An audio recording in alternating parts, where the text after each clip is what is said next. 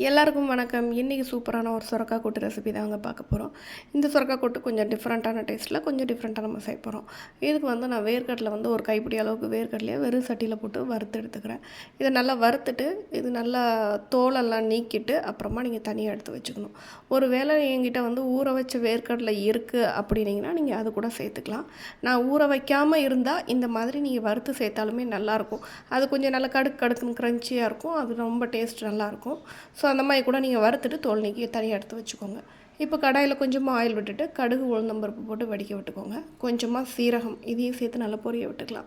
இப்போ ஒரே ஒரு மிளகா வத்தலும் கொஞ்சம் கருவேப்பிலையும் நான் சேர்த்துக்கிறேன். காரத்துக்கு வந்து மிளகா வத்தல் மட்டும் கொஞ்சமாக மிளகாத்தூளும் நம்ம போட போகிறோம். இருந்தாலும் இது நல்லா வாசனையாக இருக்கும். அப்புறமா ஒரு 2லேருந்து 3 பூண்டு பல் வந்து குட்டி குட்டியாக கட் பண்ணிக்கிறேன். அதையும் சேர்த்துக்கோங்க. ஒரு கைப்பிடி அளவுக்கு சின்ன வெங்காயம் இல்லைன்னா ஒரு பெரிய வெங்காயம் நீங்கள் குட்டி குட்டியாக கட் பண்ணி அதையும் அதில் ஆட் பண்ணிக்கலாம். இப்போ இது எல்லாத்தையும் நல்லா வதக்கி விட்ருங்க. எண்ணெயிலே நல்லா வதங்கட்டும். நாம் வறுத்து தோல் நீக்கி வச்சுருந்த அந்த வேர்க்கடலையும் இதிலேயே வந்து ஆட் பண்ணிக்கலாம். ஆட் பண்ணிவிட்டு அதையும் நல்லா இந்த எண்ணெயிலே போட்டு நல்லா லைட்டாக வதக்கிக்கோங்க. இதுக்கப்புறம் நீங்கள் நறுக்கி வச்சுருக்க சுரக்காவை இதில் நீங்கள் சேர்த்துக்கலாம்.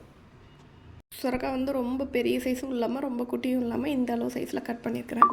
கட் பண்ணிவிட்டு இது எல்லாத்தையும் நல்லா அந்த எண்ணெயோடு சேர்ந்து நல்லா ஒரு வாட்டி கிண்டி விட்டுருங்க. நல்லா இந்த எண்ணெய் அதில் வந்து கோட் ஆகணும். அந்த அளவுக்கு லைட்டாக கிண்டி விட்டுட்டு இப்போ வந்து ஸ்பைஸ் பவுடர் எல்லாம் நம்ம சேர்த்துடலாம். மஞ்சள் தூள் வந்து ஒரு 1/4 டீஸ்பூன் அளவுக்கு நான் மஞ்சள் சேர்த்துக்கிறேன். மஞ்சள் சேர்த்துட்டு மிளகாய்த்தூள் வந்து ஒரு 1/2 ஸ்பூன் அளவுக்கு மிளகாய்த்தூள். உங்களுக்கு கூட்டு ஸோ பருப்பு தேங்காய்லாம் நம்ம போடுவோம், அதனால 1/2 ஸ்பூன் போடுறத பற்றி ஒன்றும் இல்லை. ஸோ மஞ்சத்தூள் மிளகாய்த்தூள் சேர்த்தாச்சு. சேர்த்துட்டு நல்லா கிண்டி விட்ருங்க. அந்த மஞ்சள் மிளகாத்தூள் எல்லாமே வந்து எல்லா பக்கமும் ஸ்ப்ரெட் ஆகணும். அந்த அளவுக்கு நல்லா எல்லா கையிலையும் பிடிக்கிற மாதிரி நீங்கள் வந்து கிண்டி விடுங்க. அது கூடவே உப்பையும் சேர்த்து நல்லா கிண்டி விட்ருங்க. நீங்கள் தண்ணி ஊற்றுறதுக்கு முன்னாடி இதெல்லாம் சேர்த்து நல்லா கிண்டி விட்டிங்கன்னா தான் நல்லா எல்லா கையிலையும் போய் இந்த காரம் உப்பெல்லாம் போய் பிடிச்சிக்கும். அதுக்கப்புறமா இது வேக வைக்கிறதுக்காண்டி கொஞ்சமாக தண்ணியும் சேர்த்துக்கலாம். சேர்த்துட்டு ஒரு லிட்டை போட்டு நீங்கள் நல்லா க்ளோஸ் பண்ணி வச்சுருங்க. நடுவில் நீங்கள் தேவைப்பட்டுச்சுன்னா கொஞ்சம் ஓப்பன் பண்ணி நீங்கள் கிண்டி விட்டுக்கோங்க. இப்போ கொஞ்சம் நேரம் ஆயிடுச்சு. ஓப்பன் பண்ணி பார்க்கலாம். பாருங்கள், தண்ணியெல்லாம் ஓரளவு நல்லாவே வற்றிருச்சு. இப்போ கலரும் நல்லா மாறி இருக்கு பார்த்தீங்களா?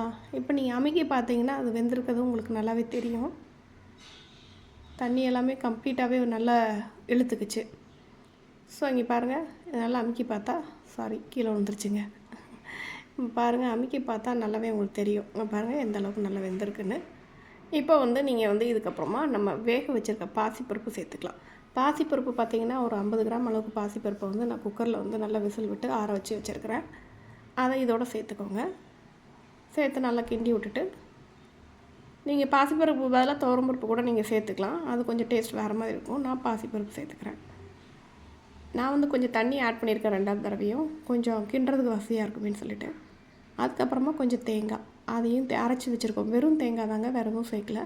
வெறும் தேங்காவை அரைச்சதை அதையும் இதுலேயே சேர்த்துக்கலாம். சேர்த்து நல்லா கிண்டி விட்டிங்கன்னா சூப்பரான சுரக்காய் கூட்டு ரெடிங்க. இந்த தேங்காவோட பச்சை வாடை கொஞ்சம் போகணும். ஸோ அது வரைக்கும் லைட்டாக கொதிக்க விட்டுறலாம். கொதிக்க வச்சுட்டு நீங்கள் வந்து ஆஃப் பண்ணிக்கலாம். தேவைப்பட்டால் இந்த இடத்துல நீங்கள் மல்லி இலை தேவைப்பட்டால் நீங்கள் போட்டுக்கலாம். நான் மல்லி இலை போடலை. போட்டால் நல்ல ஒரு டேஸ்ட் இருக்கும். மறக்காமல் நீங்களும் இந்த ரெசிபி உங்கள் வீட்டில் ட்ரை பண்ணி பாருங்கள். ட்ரை பண்ணி பார்த்துட்டு எப்படி வந்ததுன்னு சொல்லிவிட்டு மறக்காமல் கமெண்ட் செக்ஷனில் சொல்லுங்கள். பிடிச்சிருந்தால் நம்ம சேனலை சப்ஸ்கிரைப் பண்ணுங்கள். தேங்க்ஸ் ஃபார் வாட்சிங்.